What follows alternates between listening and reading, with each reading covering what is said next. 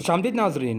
हैदराबाद में हुए GHMC elections के नतीजे के बाद टीपीसीसी प्रेसिडेंट जनाब उत्तम कुमार रेड्डी ने सदर के ओहदे से अपना इस्तीफा दे दिया था। इस इस्तीफे के बाद टीपीसीसी प्रेसिडेंट बनने के लिए कई सारे दावेदार खड़े हो चुके हैं। उनमें से एक दावेदार है जनाब रेवंत रेड्डी।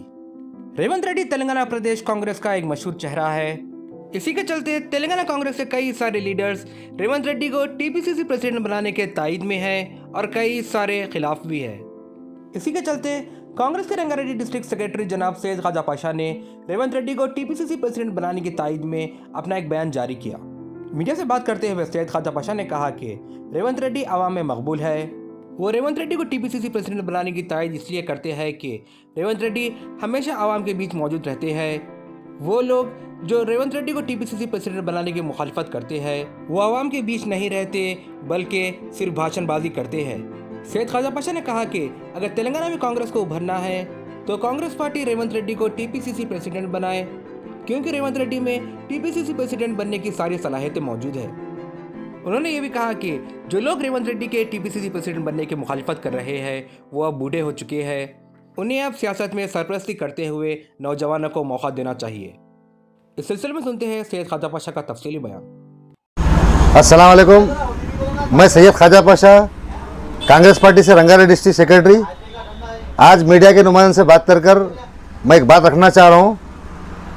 जो वफा उठी हुई है कांग्रेस पार्टी की तरफ से कि टीपीसीसी प्रदेश कांग्रेस कमेटी जो हमारे उत्तम कुमार रेड्डी साहब थे सदर पार्टी के, तो उनकी जानिब से उनका इस्तीफे के बाद के लोग बोल रहे हैं कि आप रेवंत रेड्डी को बनाओ, कोई बोल रहे हैं कि उनको बनाओ, कोई इनको, तो बहुत जने दावेदार है।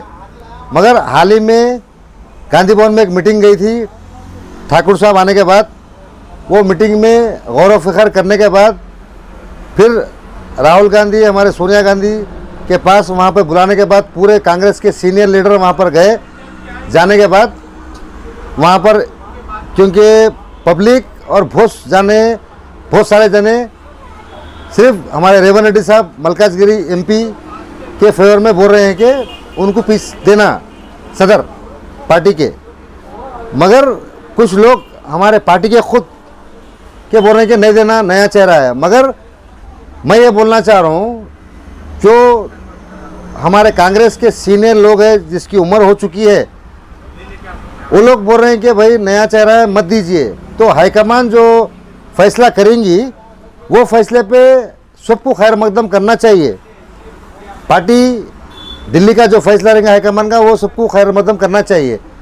मगर हमारे एमएलए संगारेड्डी उन्होंने बोल रहे हैं जग्गारेड्डी साहब के नहीं भाई अभी नको दो, बाद में दो। और दूसरी चीज़ कुछ लोग बहुत जने ये बोल रहे हैं कि मत दो। मगर मैं ये बोलना चाह रहा हूँ, अगर कांग्रेस पार्टी को आगे बढ़ाना है, कांग्रेस पार्टी और आगे बढ़ना है, नौजवानों की दिल की धड़कन और जो बोलने का जज्बा और हुकूमत के गिरबान तक हाथ डालने का अगर जज्बा है तो वो हमारे रेवंत रेड्डी साहब के पास है, जो आवाज़ उठाते हैं। हाल ही में केसीआर के बारे में जो बोले थे, गेस्ट हाउस के बारे में और हर चीज़ के बारे में जो आवाज़ उठाते हैं, मैं यही बोलना चाह रहा हूँ मेरे तरफ से भी और यूथ के तरफ से भी कि हमारे को रेवंत रेड्डी साहब होना तो काफ़ी बदलाव होगा। मगर कुछ लोग नहीं बोल के बोल रहे हैं, मगर ये गलत है। हम भी यही चाह रहे हैं कि रेवंत रेड्डी साहब होना। कांग्रेस को अगर उठाना है, अगर आगे बढ़ाना है तो वो हीरो रेवंत रेड्डी है। क्योंकि जब कभी भी जब उन्होंने आते हैं रैलियों में, जलसों में, तो पब्लिक की देखिए आप कैसा रहती है उनकी स्पीच, उनकी बातचीत करने का वो चेहरा है, वो बात उनमें है। और हम भी हमारे राहुल गांधी साहब, सोनिया गांधी मैडम से हाईकमान तक हम भी टूट करेंगे, वो ज़रिए से हम वो बात आगे तक पहुंचेंगे। क्योंकि जितने भी लोग सीनियर है पार्टी में मेहनत करें, मगर वो लोग की उम्र हो चुकी है। क्योंकि वो लोग सिर्फ घर में बैठ सकते हैं, कुछ प्रोग्रामों में इसमें आकर बोल सकते हैं, मगर रैलियों में उसमें नहीं फिर सकते। फिरने के लिए बहुत जान होना पड़ता है। हमारे हनुमंत राव साहब 2-3 दिन से मीडिया के ज़रिए से बोल रहे हैं कि भाई उनको नको दो, उन्होंने नया चेहरा है। अरे भाई आप पुराना चेहरा है, फिर आप क्या कर रहे हैं? नया चेहरा है बोलो तो नए चेहरे बहुत कुछ आते हैं, पार्टी को आगे ही बढ़ाते।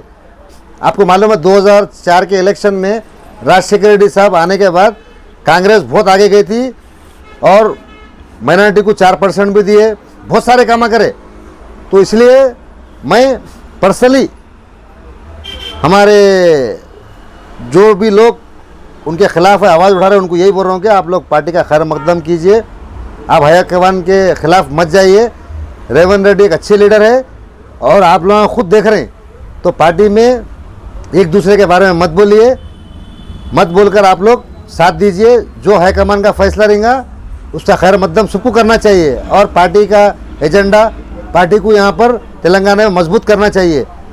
और जब जब हुकूमत को अगर आवाज़ उठाना है तो वो रेवंत रेड्डी साहब में है, वो जज्बा है हर किसी के बारे में।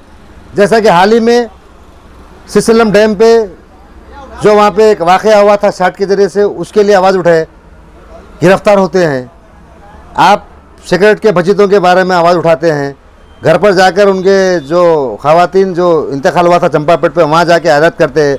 फिर ये सीनियर बूढ़े लोग वो लोग कहाँ थे? पार्टी की परसों जो हाल ही में इलेक्शन हुआ कारपोरेटर का, उसमें हर जगह हर इलाके में जाकर दिन रात मेहनत करे हैं, तो मेहनत से उसका सिला मिलता है। तो इसलिए वहाँ पर हम और हमारे यूथ के जितने भी लोग हैं हम यही बोलना चाह रहे हैं कि रेवंत रेड्डी हमारे को होना और उन्हीं पार्टी को आगे बढ़ा सकते हैं, हमारी डिमांड है ये। अब ये जो लोग सीनियर है, सीनियर तो है मगर वो लोग कुछ नहीं कर सकते हैं। तो मैं अनवर साहब को बोलता हूँ कि आप से कुछ होने वाला नहीं है। आप इंशाल्लाह आप पार्टी की तरफ से सोनिया गांधी राहुल गांधी की तरफ से खैर मकदम करना चाहिए। ये फैसला पार्टी का है, उनका खुद का नहीं है। तो पार्टी के फैसले को हर छोटे बड़े कांग्रेस के हर कार्यकर्ता को वो फैसले पे कायम होना चाहिए। अस्सलाम वालेकुम। अजीज प्लाजा बेगम बाजार में धूम मचाने के बाद इजी एक्सप्रेस के 99 स्टोर का एक और ब्रांच अपोजिट सीता क्लिनिक तेजस कॉम्प्लेक्स बेगम बाजार में खुल चुका है। 99 स्टोर के पहले ब्रांच की तरह आपको इस ब्रांच में भी हर आइटम 99 रुपीस में मिलेगा। फ्रेंचाइजी और दीगर तफसीलात के लिए स्क्रीन पर दिए गए नंबर्स पर राब्ता पैदा करें।